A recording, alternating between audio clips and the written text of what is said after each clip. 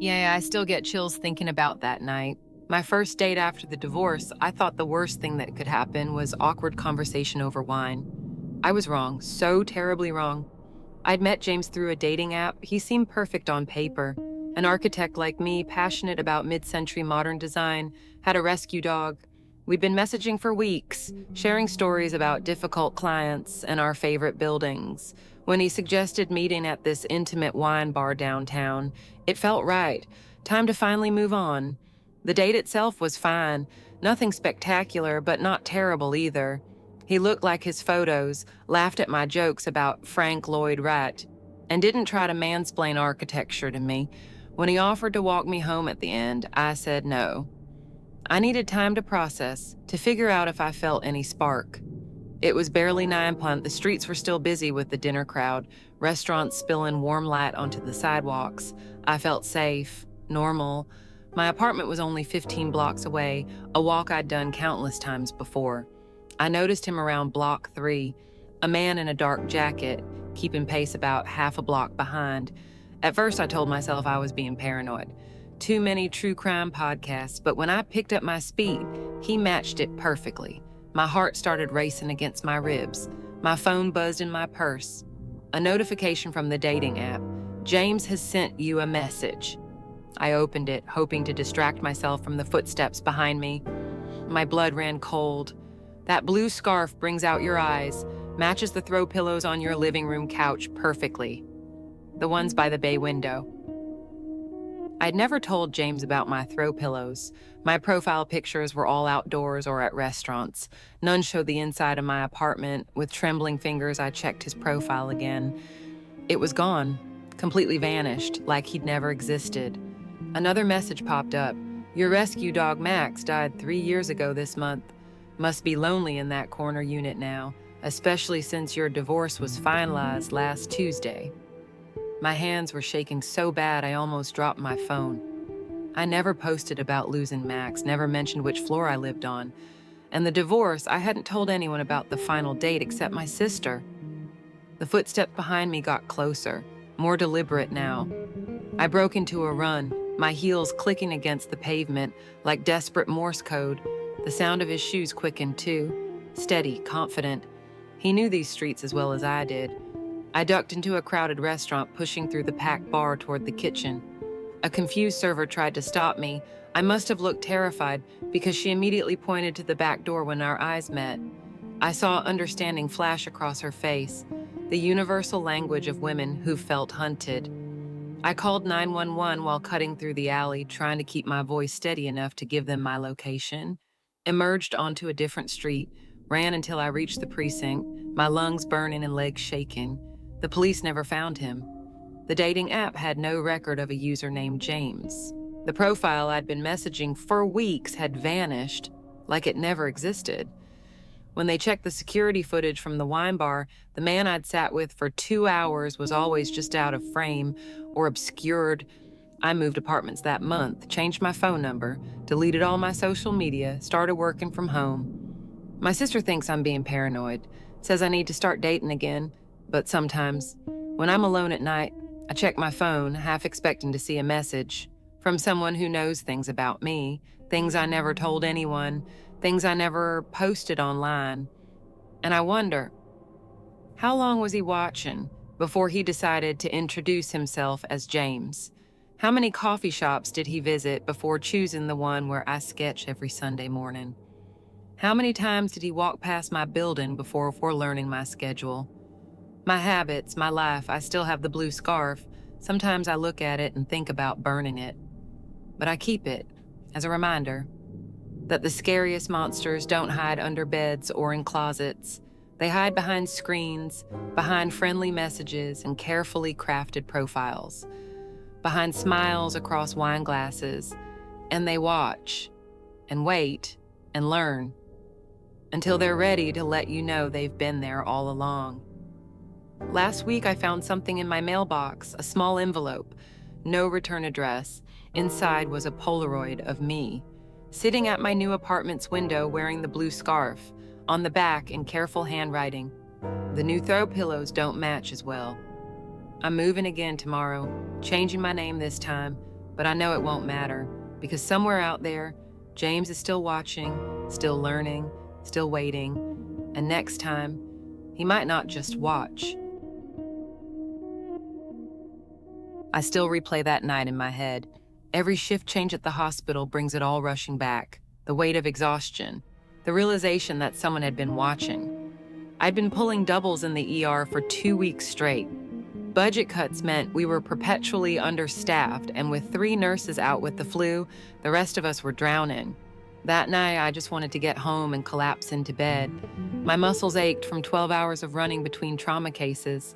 The last one, a car accident, had left me with blood-spattered scrubs and an empty feeling in my chest. We'd lost the driver.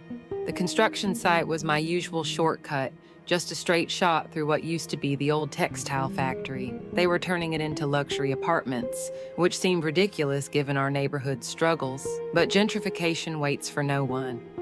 During the day, it was full of workers and equipment. But at 3 a.m., dead silent. Just steel beams reaching into the dark sky and piles of construction materials casting weird shadows. I remember checking my phone. 3% battery, perfect. The construction fence had this gap I always squeezed through. Saved me 15 minutes of walking around the whole block. 15 precious minutes closer to my bed, my cat, and the leftover Thai food in my fridge. I clicked on my phone's flashlight and ducked inside. My footsteps echoed, different somehow. Usually there was this hollow sound that bounced off the remaining walls. But that night, they seemed muffled, like something was absorbing the sound, like someone had laid down materials to dampen noise. I was halfway through when my flashlight caught something metallic. Thin wire, stretched across the path at ankle height. My sleep-deprived brain took a second to process it. Then I saw another, and another, a web of them, some at knee level, others higher up. Professional grade stuff, not just random construction debris. My heart started pounding. Someone had set these up deliberately, recently. I turned to go back and froze. A figure stood in the gap I'd come through, just standing there, watching. The ambient light from the street lamps caught his face, and my blood went cold. I recognized him instantly, the patient from 6 months ago. He'd come into my ER with suspicious injuries that didn't match his story about falling downstairs. The defensive wounds on his hands, the blood under his fingernails that didn't match his own type. I'd reported it, testified about the evidence that didn't add up. He'd gone to prison for assault. And now, he was here. Nurse Mitchell. His voice was calm, practiced, like he'd rehearsed this moment countless times in his cell. "I've been waiting for you to take your shortcut." I ran, not toward him, deeper into the site. I heard him laugh. He'd planned for this, wanted me to run this way. The wire traps weren't meant to catch me. They were meant to herd me, guide me exactly where he wanted, but I knew something he didn't. Before the factory closed, I'd done a clinical rotation here. Treated workplace injuries when this place was still churning out textiles. Back then, I'd memorized the layout because every second counted in emergencies. I knew about the old maintenance tunnels. If I could just reach the utility access. My phone died. Complete darkness. The kind that feels solid, that presses against your eyes until you see static. I heard his footsteps behind me, unhurried. He knew I was trapped. I felt my way along the wall. The rough concrete scraped my palms as I counted the support pillars. 1 to 2, 3. The door should be there. My fingers found the handle of the utility door. I yanked it open and descended into absolute black. The tunnels had flooded during the last big storm, leaving an inch of stagnant water that soaked through my shoes. But I kept moving. His footsteps above grew fainter as I navigated the tunnel system from memory. I emerged 6 blocks away, shaken and soaked to my knees, called the police from a 24-hour diner where the waitress took one look at my face and brought me a free cup of coffee. They found the wire traps, but he was gone. The police added extra patrols around the hospital, set up surveillance on the construction site, installed panic buttons at the nurses' stations, but they never caught him.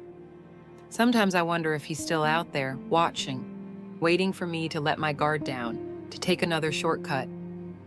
I don't take shortcuts anymore. Some nights, when I'm exhausted after a long shift, I catch myself looking for easier paths home. But then I remember, sometimes the long way is the only safe way, and sometimes survival means staying visible, staying in the light. These days, I walk the long way home under bright street lamps, past the 24-hour shops with their fluorescent signs, past the night shift security guards who know my face and nod hello. My cat still waits up for me, my Thai leftovers still sit in the fridge. I never thought my greatest strength would become my greatest vulnerability, but that night, everything changed.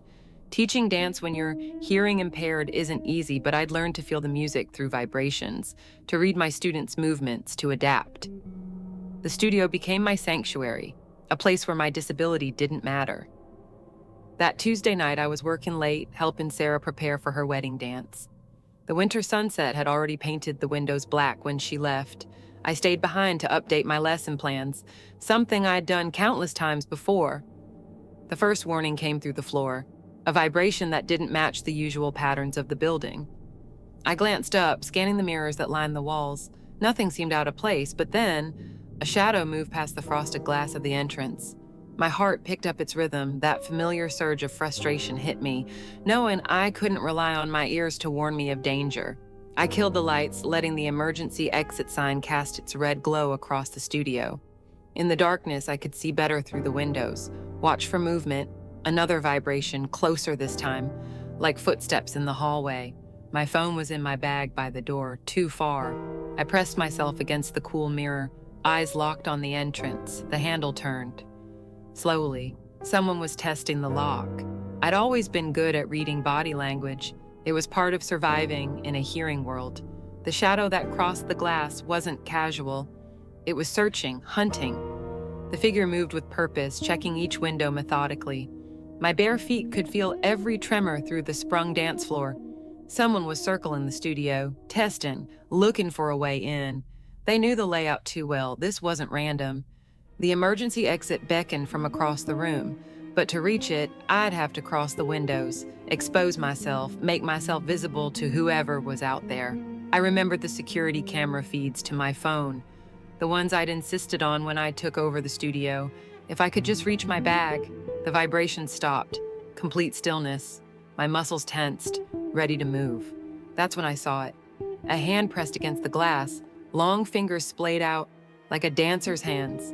Someone who knew the studio, knew me. I had seconds to decide. The hand withdrew, and I saw the glint of metal. Something sharp catching the streetlight. My body moved before my mind caught up, years of muscle memory taken over. I crossed the floor in 4 quick steps. Silent, graceful, just like I taught my students. My fingers closed around my phone just as the glass shattered. I didn't need to hear it, and I felt the impact ripple through the floor. I hit the emergency alert as I pushed through the back door, ran into the cold, my feet barely touching the ground. The police found evidence of long-term surveillance, photos of me, teaching, notes about my schedule, my disability. They never caught who did it, but sometimes, when I'm alone in the studio, I still check the shadows in the mirrors, still feel for vibrations that don't belong, still wonder if they're watching, waiting to finish what they started. I installed better security after that night, set triple lock doors, motion sensors, cameras everywhere, but the fear, it changes you, makes you see threats in every shadow. My students noticed the difference, the way I positioned myself to always face the door, how I'd freeze mid-instruction when someone walked past the windows. Sarah postponed her wedding dance lessons, said she couldn't bear the thought of me being alone in the studio because of her. But I refused to let them win, to let fear steal my sanctuary. Now I teach self-defense alongside dance, show others how to read body language, how to trust their instincts, how to turn their perceived weaknesses into strength. The police file remains open. Detective Chen still calls with updates, though there's never anything new to report. But I know they're out there. Someone who moves like a dancer, someone who knew exactly how to exploit my vulnerability. Someone who's still watching, waiting, and I'll be ready when they return. Last week, I found something that made my blood run cold. A note slipped under the studio door sometime during my advanced class, written in perfect calligraphy, the kind you'd expect from someone with exceptional control over their movements. It read, "Your silence is beautiful." The security cameras caught nothing. The motion sensors stayed quiet. But I know what it means. They've been studying me all this time, learning my new routines, my new security measures, finding the gaps in my defenses. Since I've started varying my schedule, taking different routes home, installing pressure sensors in the dance floor so I can feel approaching footsteps from further away. My students think I'm being paranoid, but they didn't see what I saw in those security camera images from that night.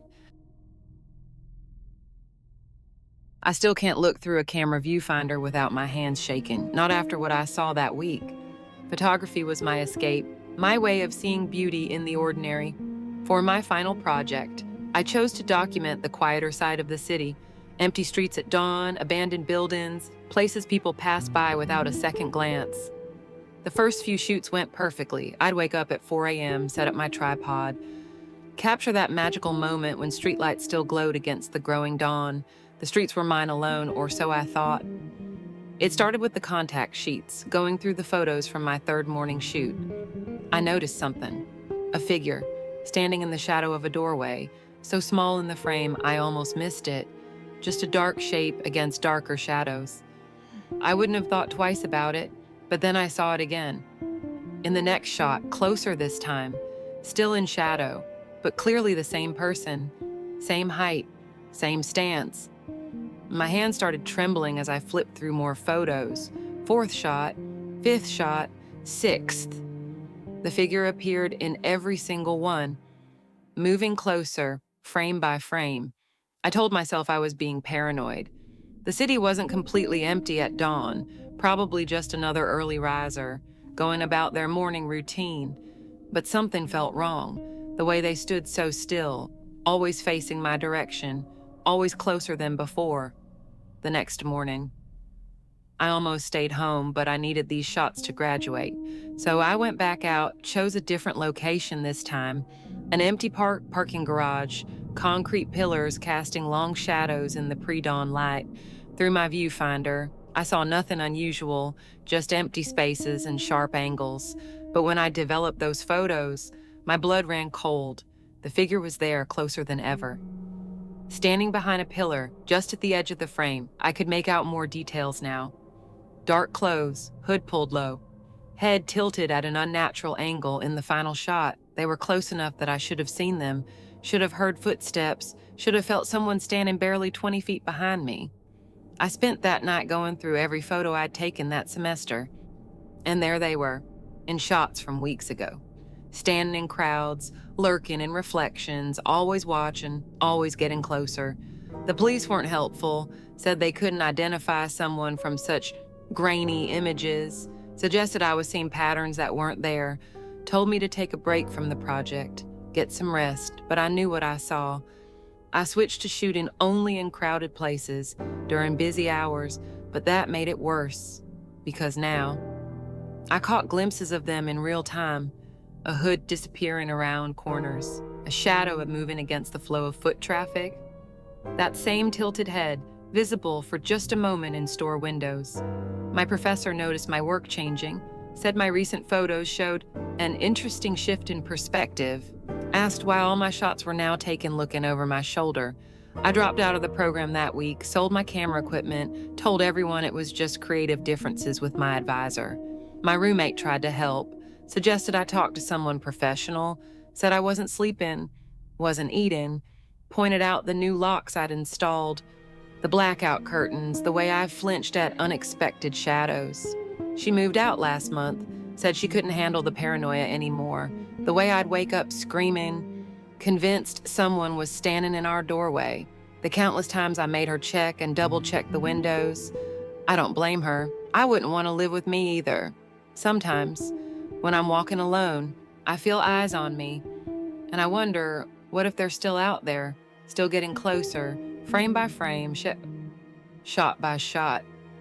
The thing that scares me most: last week, I found an envelope in my mailbox, no return address.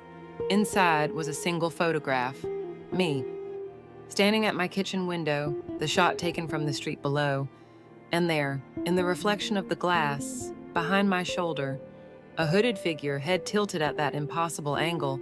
The photos dated 2 days ago. And I know they're not just in my frames anymore. I tried moving apartments, switching neighborhoods. But it doesn't matter. They always find me. Yesterday, I found another envelope, this time slipped under my door. Another photo, me sleeping in my new bedroom, the angle suggesting it was taken from the ceiling. But that's impossible, right? I haven't slept since then. Can't close my eyes without seeing that tilted head, that dark hood getting closer and closer with each frame. The worst part is I'm starting to think maybe the police were right. Maybe I am seeing things. Maybe I've spent too long looking through viewfinders, seeing the world in frozen moments and sharp angles. But then I catch movement in my peripheral vision or glimpse that familiar shadow in my bathroom mirror, and I know, what if they're waiting? I never thought my research would turn against me like this. The campus felt different at night, empty except for the occasional graduate student hurrying between buildings. I usually felt safe here even after dark, my heels clicking against the pavement as I walked between the labs, the perfect environment to clear my head after long days of research. That's what I told myself anyway. My latest study focused on anticipatory fear response in women, how the female brain processes threats before they materialize. I spent my days monitoring subjects' neural activity while exposing them to various stimuli. Many of my participants shared stories about walking alone at night, taking different routes home, holding their keys between their fingers. I documented everything, building a framework for understanding gendered fear responses. The first change was subtle, a figure standing near the psychology building, just at the edge of my vision, when I turned, adjusting my pencil skirt. Nothing. I dismissed it as fatigue from too many late nights analyzing data. My research assistant suggested I take a break, offering to walk me to my car, but I couldn't stop. The work was too important. The department had just approved my grant for a larger study on women's safety. We were making breakthroughs in understanding the neurological basis of fear. My female subjects showed fascinating patterns in their amygdala activity, especially when they knew something frightening was coming but couldn't predict exactly when. That's when the footsteps started, always behind me, matching my pace. When I walked faster, my ballet flats barely making a sound, they sped up. When I stopped, pretending to check my phone, they stopped. The sound of dress shoes on concrete. Click, click, click. I knew the patterns, the gradual escalation of perceived threat, the way fear builds in the amygdala, preparing for fight or flight. I was experiencing everything I documented in my research, my heart rate increasing, palms sweating, clutching my pepper spray tighter in my coat pocket. I started taking different routes home, varying my schedule, walking with other female professors when possible, but somehow they always found me. The security cameras never caught anything unusual.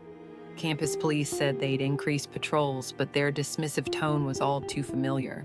Whoever this was, they understood the layout, the blind spots, the patterns. That's when I noticed the notes, small white cards left where I would find them. In my office, my lab coat pocket, even slipped into my purse during a department meeting. Each one detailed my physiological responses from the previous night. Pulse rate, respiratory rate, cortisol levels, data I hadn't collected. Someone was studying me. I started sleeping in my office, installing my own cameras, recording everything. The dean, an older man who'd never walked across campus alone at night, suggested I take a leave of absence. But I couldn't let them win.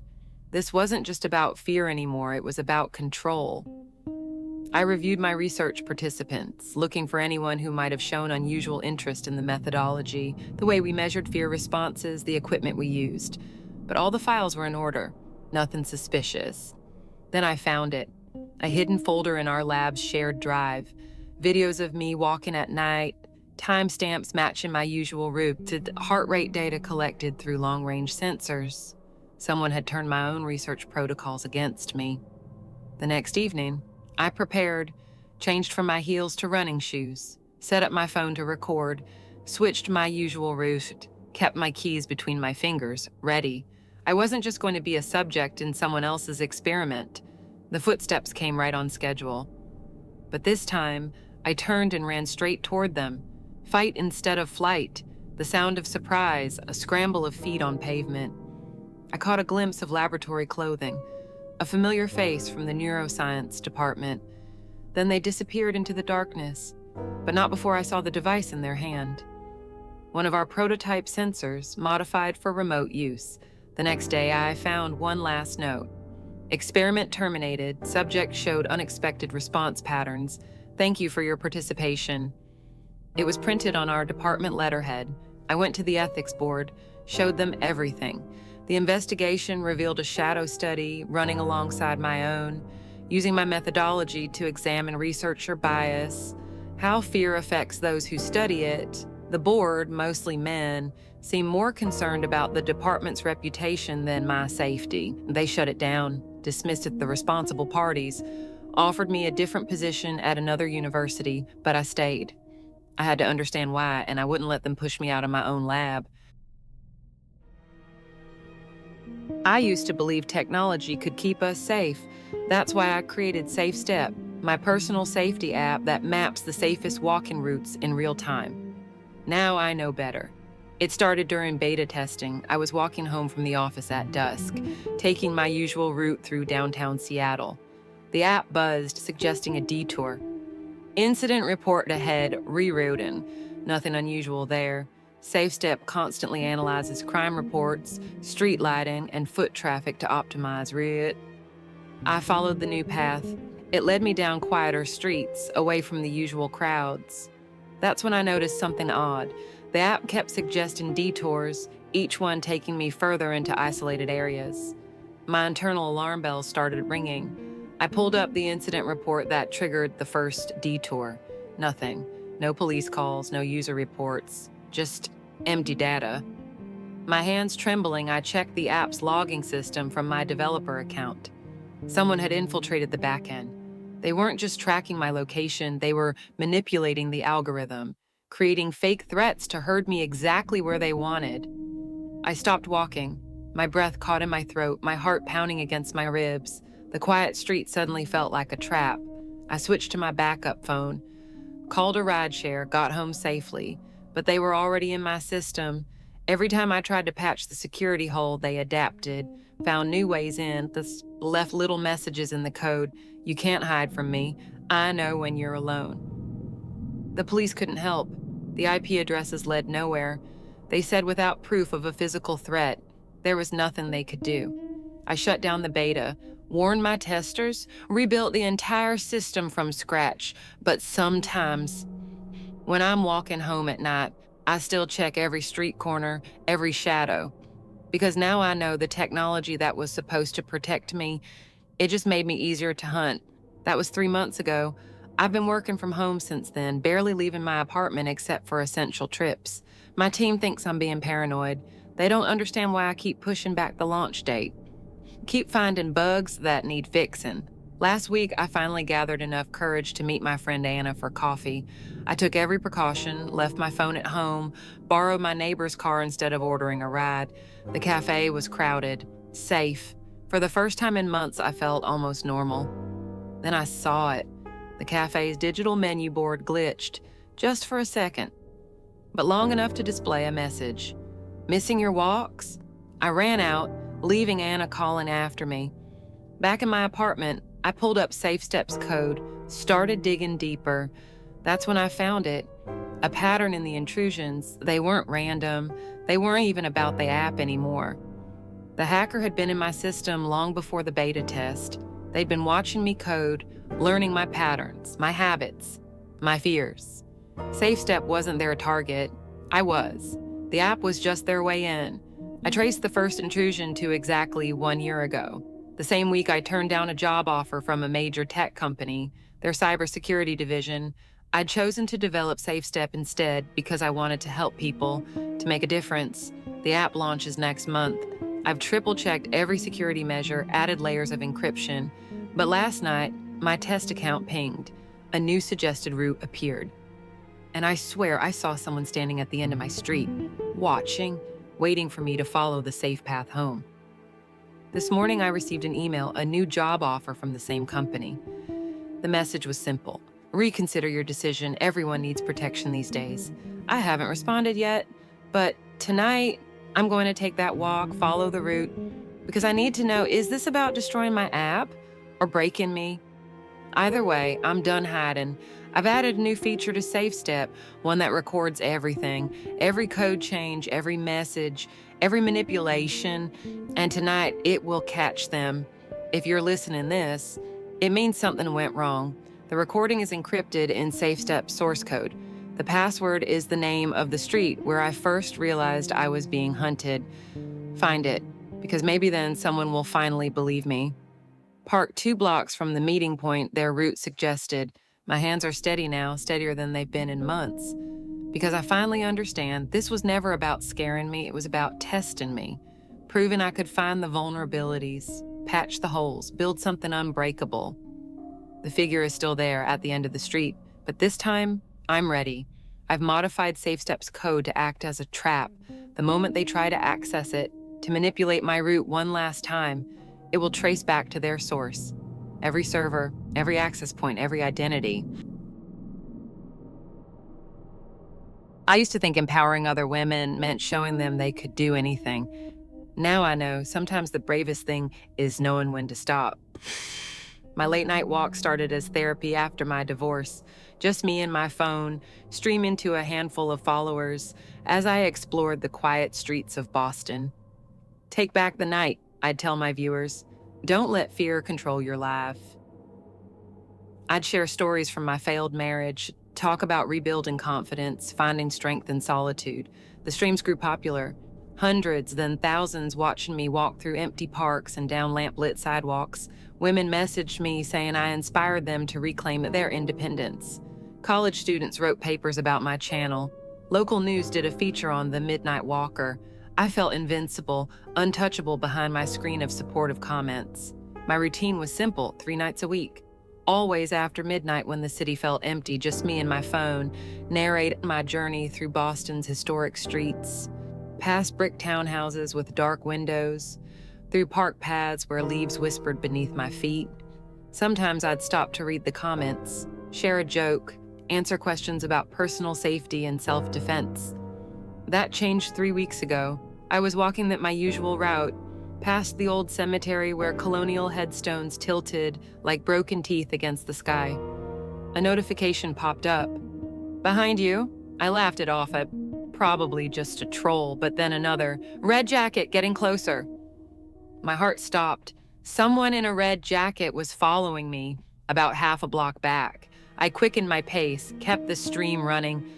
Didn't want to alarm my viewers, but my hands were shaking so badly I almost dropped the phone. The comments started flooding in. He's matching your speed.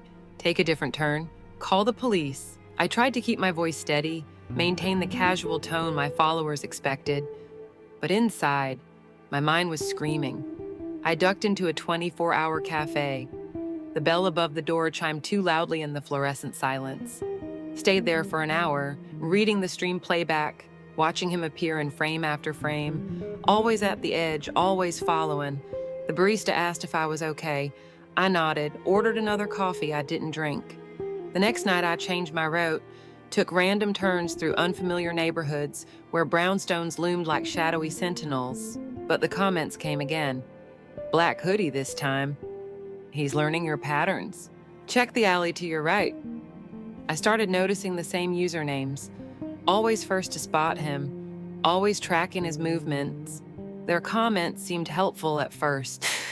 Warnings, directions to safety, but then I realized they weren't warning me, they were helping him, using my stream to coordinate, to hunt. Some viewers noticed too, started warning me in private messages, pointing out suspicious patterns in the comments. One sent screenshots of a private chat room where they discussed my routes, analyze my habits, place bets on which turn I'd take next. The police took a report, but what could they do? The accounts were anonymous, the viewers scattered across the country, and I had given them the perfect tool. A real-time map of my movements, a window into my world, every step broadcast to someone who wanted to hurt me.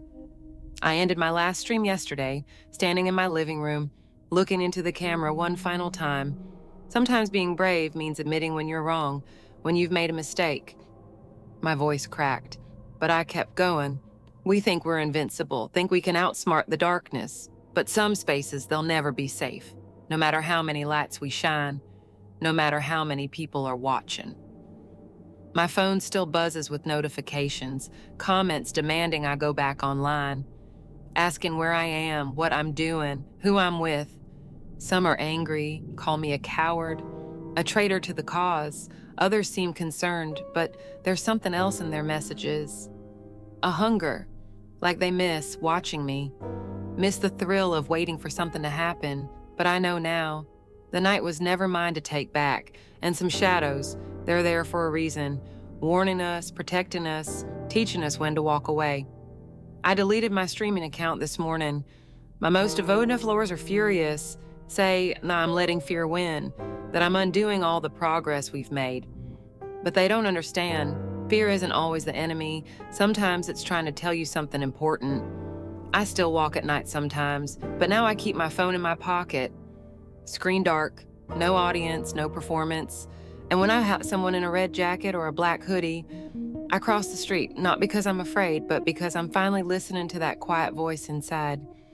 The one that whispers, some kinds of brave, they look a lot like running away. I still check my rearview mirror at every stoplight, even now, months later.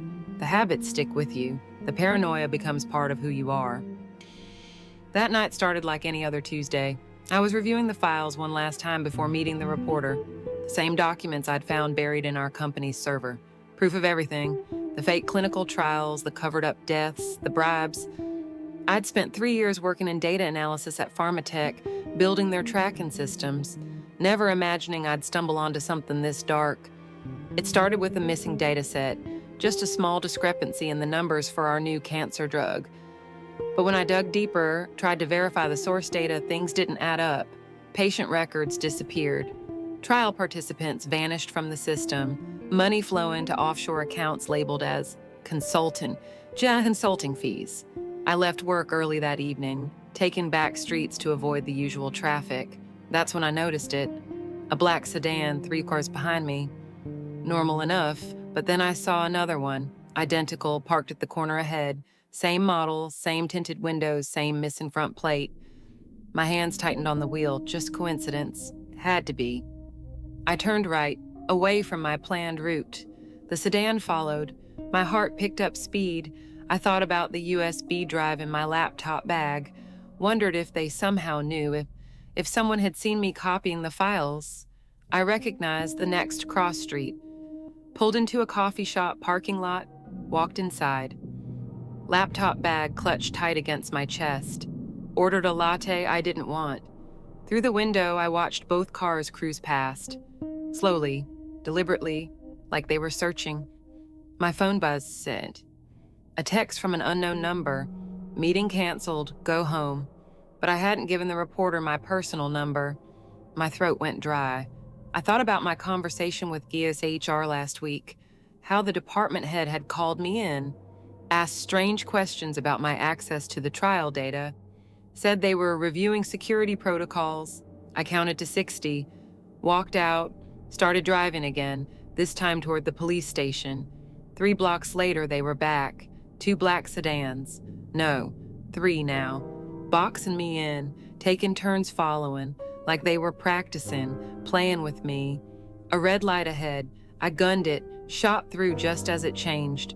The sedans got caught at the intersection. I took 5 random turns trying to lose them. My hands were shaking so bad I could barely steer. All I could think about was Angela from the trial group. How they found her dead in her apartment, how quickly they cremated her body, how her family never got answers. Finally saw my chance, an underground parking garage. I pulled in fast, drove down 3 levels, found a spot between 2 SUVs, killed the engine, and waited, holding my breath every time I heard tires on concrete. Every footstep made me flinch. Every car door slam sent my heart racing. 20 minutes passed. My phone kept lighting up with texts, each from a different number, all saying the same thing, last chance. Then pictures started coming through, Me leaving my apartment that morning, getting coffee at my desk. They'd been watching all day, maybe longer. I thought about destroying the files, almost did it, but then I remembered the patient logs I'd found. Hundreds of people disappeared from the system, their side effects erased, their deaths classified as unrelated complications. All to push this drug through approval. How many more would die if it went to market? I switched my phone off, waited another hour, then I walked, didn't dare drive, took side streets, doubled back twice, checked every reflection in every window. Every passing car made me jump. Every shadow looked like a threat. The journalist was exactly where we planned. In a 24-hour diner, crowded enough to be safe, public enough to keep them away. I handed over the drive, watched her tuck it into her bra. Safer than any pocket. When the story broke next morning, it was like a bomb went off. The company's stock crashed. Federal investigators swarmed our offices. Arrests were made, board members led out in handcuffs. The drug trials were suspended, independent reviews launched. I testified behind closed doors, spent weeks with federal prosecutors. Changed my name and moved cities, started over. But sometimes, when I'm driving home late, I still see black sedans in my mirror, still catch glimpses of men in suits that still wonder how many are still out there, how long will they wait? How far up does this really go? I keep driving, keep checking, keep remembering. Because I know the truth now, some stories don't end. Some secrets don't stay buried. Some choices follow you forever. Every night I tell myself I did the right thing. Most nights I believe it. But I never stop watching, never stop looking over my shoulder, never stop wondering if today's the day they finally find me. Because that's what they don't tell you about doing the right thing.